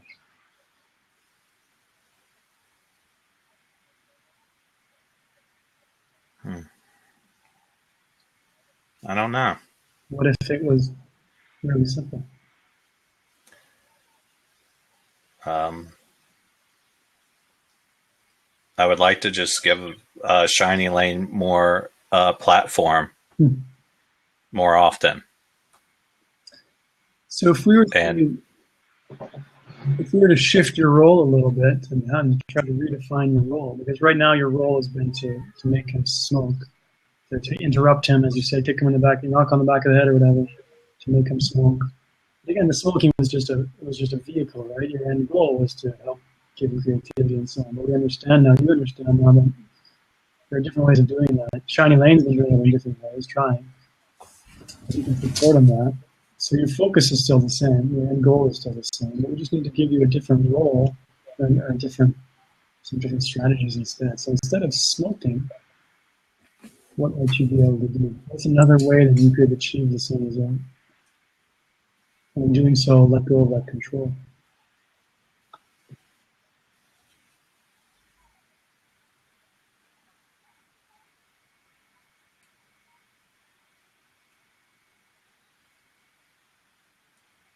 The thing that comes to mind is breathe and meditate. That sounds way too easy. Yeah.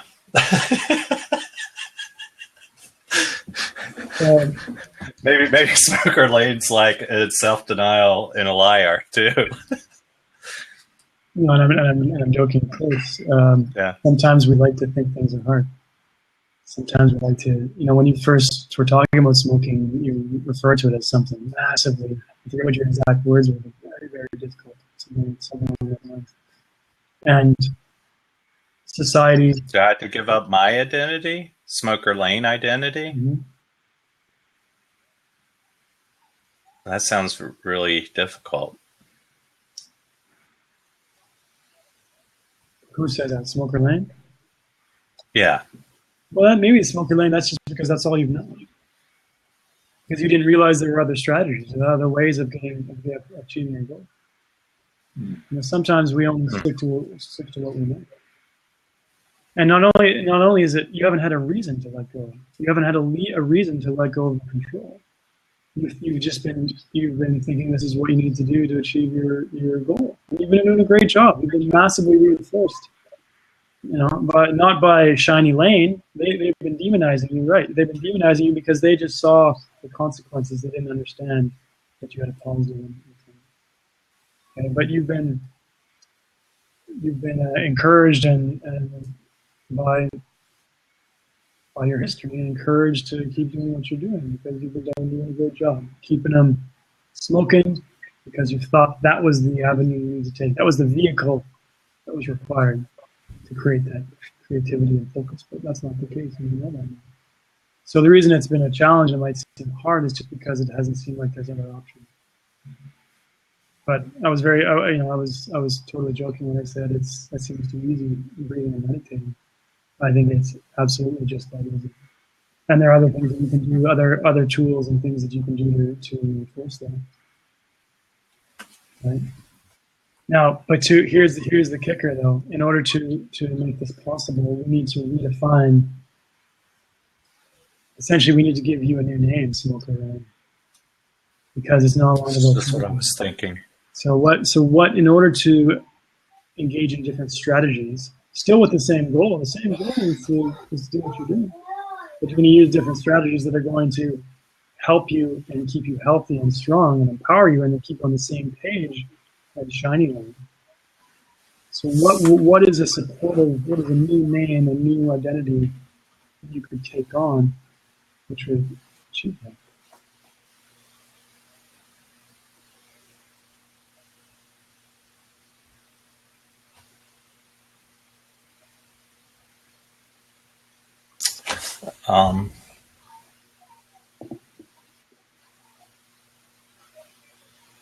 I would like the name Loving Kindness Lane. I think that's awesome. Loving Lane, yeah. I think that's fantastic. So tell me, Loving Kindness Lane, tell me a couple things that you will do to achieve the same goal. Same goal that Smoker Lane used to have, but Smoker Lane is old school. Sorry, like it's about upgrading your operating system. Right? That's essentially what it's about. And evolution is the key to growth and the key to happiness. And if you're growing and evolving, we're happy. And so, Loving Kindness Lane is simply the latest evolution, the latest operating system, the latest version of what wasn't updated in a long, long time. So, Loving Kindness Lane with this new label, still the same goal, right? How are you going to go about achieving this? You mentioned a couple earlier, breathing and meditating. Just off the top of your head, what are a couple other things that you think would be good to do? Slowing down. Okay.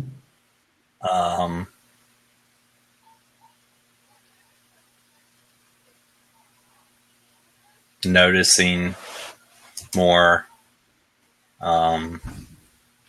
connectedness.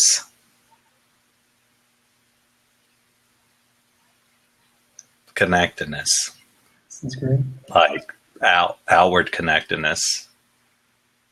Because Smoker Lane liked isolation. Yeah. And Shiny Lane really wants more connectedness with his human beings, fellow people. Yeah. When you are, just imagine for a second, Loving Kindness Lane, that you are in, that lane is in a client meeting.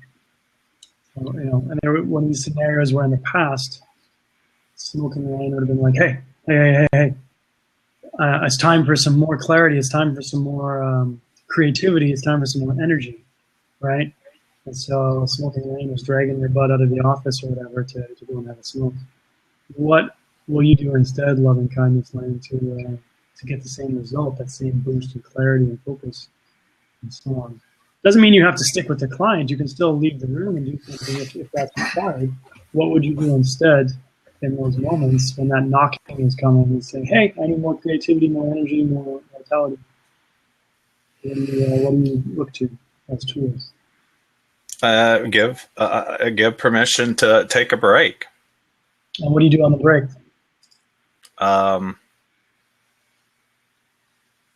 Breathe and just be okay with not having to do something.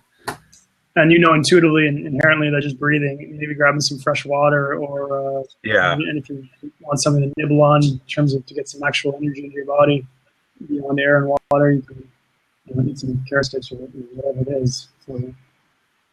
But connect to those things and recognize those are the fuel and the boost that you need. Yes. Enhancing the creativity for staying focused. Is that something that is hard to do? Loving kindness.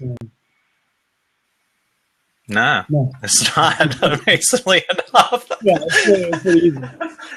Okay, so and I know you can elaborate on that. You can elaborate on that. And there's all kinds of different things that you can do because of things that you've done in the past or things that already serve you. And the great thing is that when you need an extra little reminder, a little help, Shiny Lane, Shiny Lane, who's going to be connected to that 4-year-old daughter of yours, maybe having her in the hand, say, hey, you need some help? Just just to give you a little reminder, we're here to help you, we're here to support you. We and your daughter and all those that are supporting you and encouraging you and are happy with your new habits. They're going to help you and remind you of why you're engaging in these new activities and why they're important. Yeah. Now, if the ghost of smoking lane tries to poke his head into your affairs, he has no. I mean, this is going to be nothing but a desperate attempt at the past rearing its head. How do you deal with it? Sorry, let me turn okay. off my phone. Go ahead. No, go ahead. Yeah. I think the thing that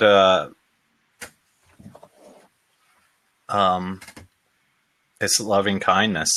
Yeah. I mean, it's the first time to quit fighting and just forgive and love it and release it back out and say you're better than that. You're loving kindness lane now. You're the new version, right? Yeah. You can be like, hey, look, smoking lane. The 70s are calling me. Come on, dude. I was going to say, I wish I had met you 20 years ago, but you weren't born. That's right. No, I'm older than I look. I just don't smoke. No, but right, you're like, you know what? Thank you for showing up and reminding me of my important role, which is to stay energized and focused. But I got news for you. I have a much better way of going about doing that. I don't need your old school methods because those aren't working for me. That's cool. Yeah. My phone's going off as well. Apologies. So, how does that feel?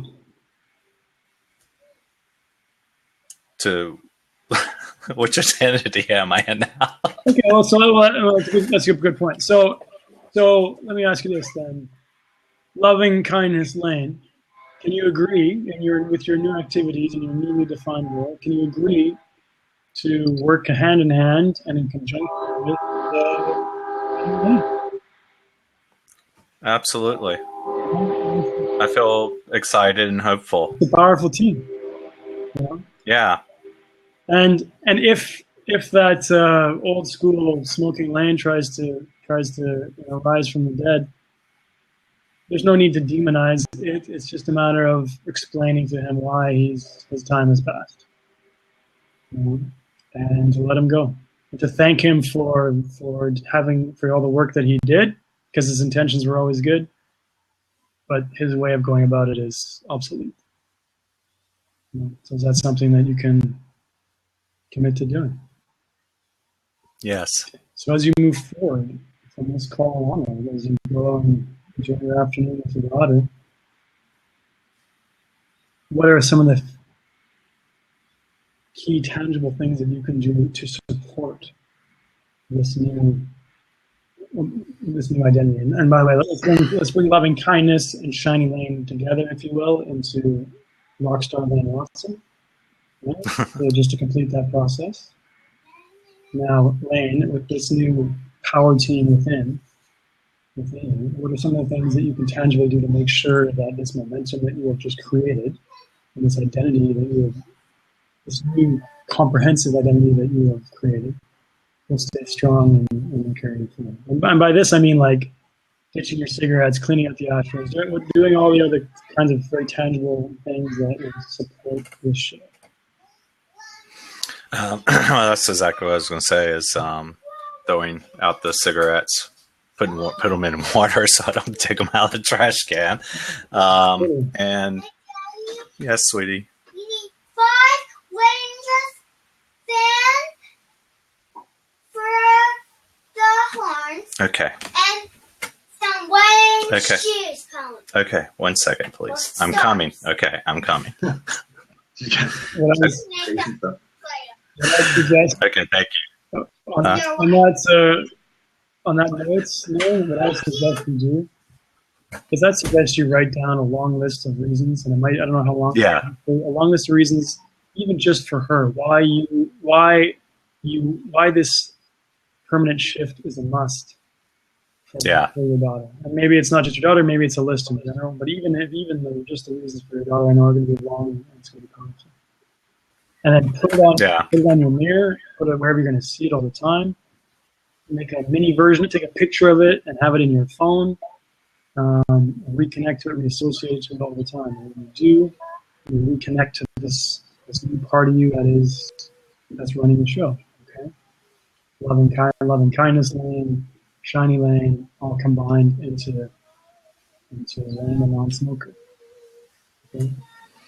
Yeah. Because, and by the way, it's not about I used to smoke and now I quit. It's not about that. It's a part of me used to smoke, but that part is dead. And a part of me is gone. I am now a non-smoker. It's not like I'm a smoker who quit. It's like, no, you're a non-smoker. It's not about smoking. You have nothing to do with smoking. You understand? There's a distinction there which is important. Okay? It's kind of like for a vegetarian, it's not like I'm someone who doesn't eat meat.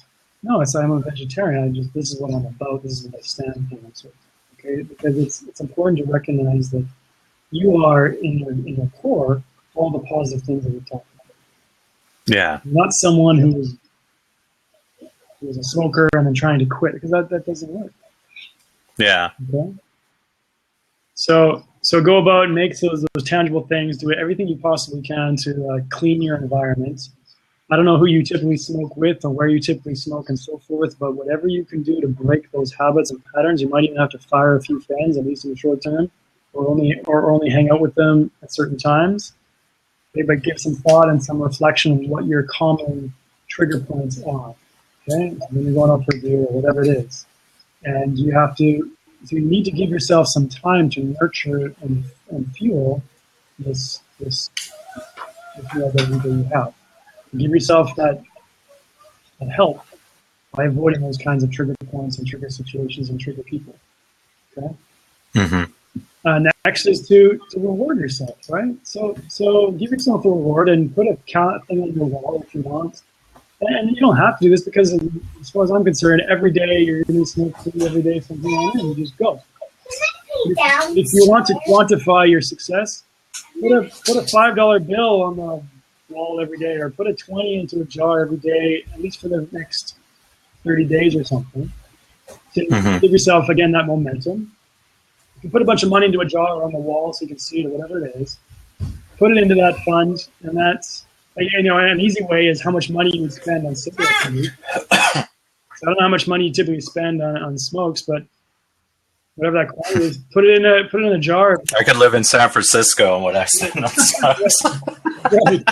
And then at the end of the month, so, you know, so it's all about celebrating, identifying and celebrating your small incremental successes, and then your overall big success. Take that money and go and, I don't know, buy your daughter a toy or buy yourself something nice, whatever's going to lift you up and fill you up with joy because you've been victorious. Okay? Yeah. So that's what I'd suggest you do. You're a rock star, man. It's easy. Yeah. It's that simple. It is. After you break it down. A lot of people want to make it complicated. I'm sorry, it's not. I think I really thank you for taking the time. It's my pleasure. This is what I'm saying. I didn't expect this level of focus from someone, you know, and just it's awesome. Happy to help. That's what. Thanks for providing the opportunity to. Yeah. I mean, just the way you reframed it. I mean, you literally gave me a paradigm shift on the whole way of viewing that. That's pretty powerful to me. And you know, to reinforce it even more, if you want, close your eyes, do some meditation. You know, whatever that means to you. It doesn't have to be fancy. It just means like connecting with yourself. And go back to when you were a kid and start to really debunk that a little bit and reinforce that shit. Because you'll find that it was just an identity, just an idea that you took on for a bunch of reasons. And it was serving you. It was, you know, it's not because you were trying to hurt yourself. It's because that's just what you thought was right. On some level. Yeah. Yeah. Okay. And then be proud of yourself and just like bask in your own process or your own shift. Because that's what's going to keep you going. I'm going to go take care of my daughter. Good. Lane, thank you. Thanks, Lane.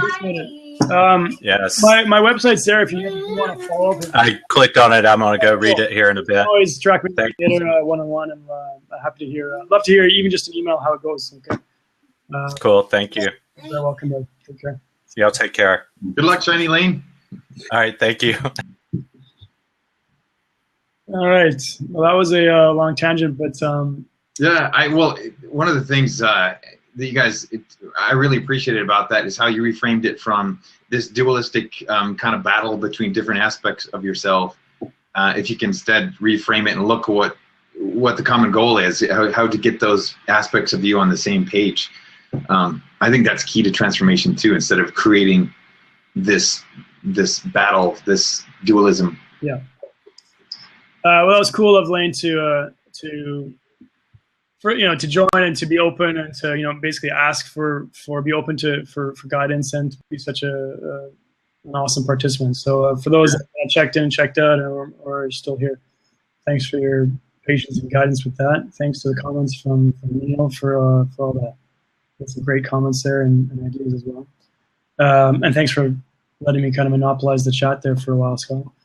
Oh, you bet. I thought it was important for you guys to just do that process and show people how it's done. So yeah,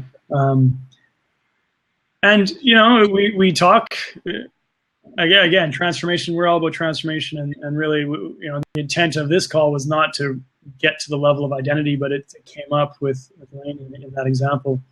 But is absolutely integral to everything else that we're talking about. And you know, we start off talking about some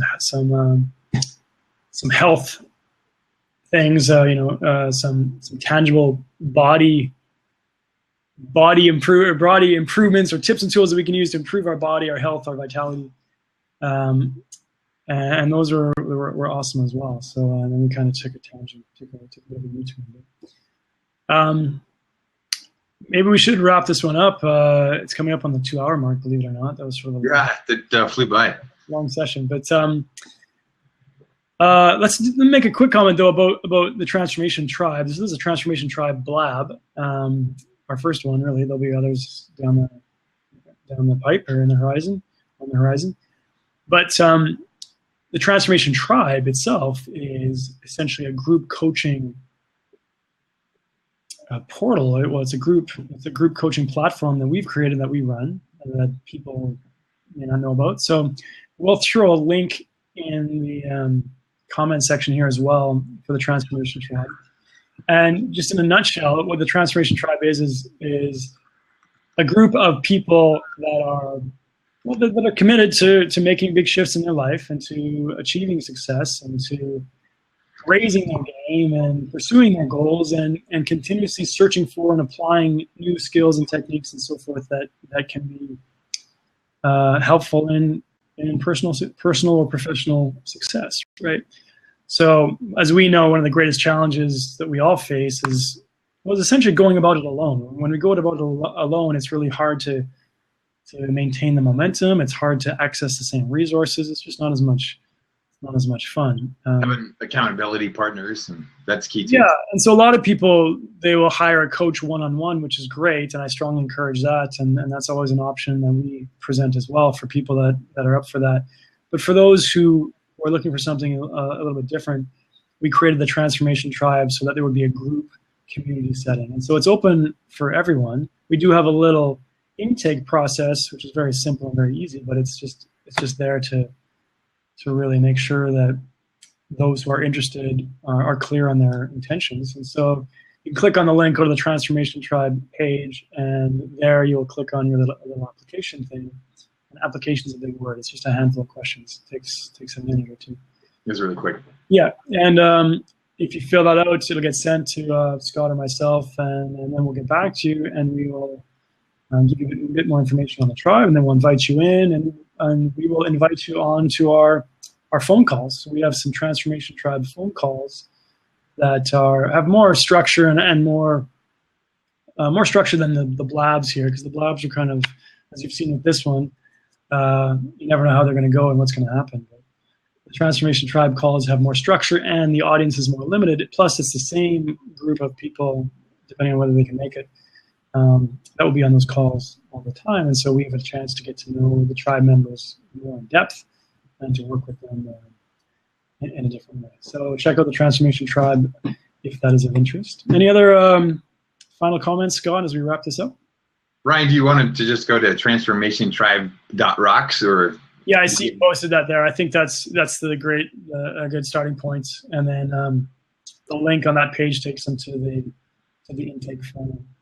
And yeah, again, it's all free. This is there's a Facebook group that goes with it. There's a portal, an online portal that you get access to where the calls are recorded and you can listen to. So no, we're excited about it. It should be yeah, it's cool. So it's open to anyone. Go ahead and check it out if you want. Yeah, I just wanted to give kudos to Lane too for being brave and going through the process with you. And thank you, Ryan. That was a really powerful thing you did for him there. And yeah, thanks for everybody for joining in and joining the Blab. Yep. The Transformation Tribe Blab. Well, it is what it is in terms of a name, the Blab. But yeah, it was cool. Thanks for your input, Scott, especially early on. We had a good chat on you bet. On body stuff, which was great. So thanks for all that input. And we will see you guys next time. Well, I'm not sure when we'll schedule the next one, but it'll be sometime in the near future. Until then, take care. Scott and Ryan, out. Bye for now. Take care. Bye.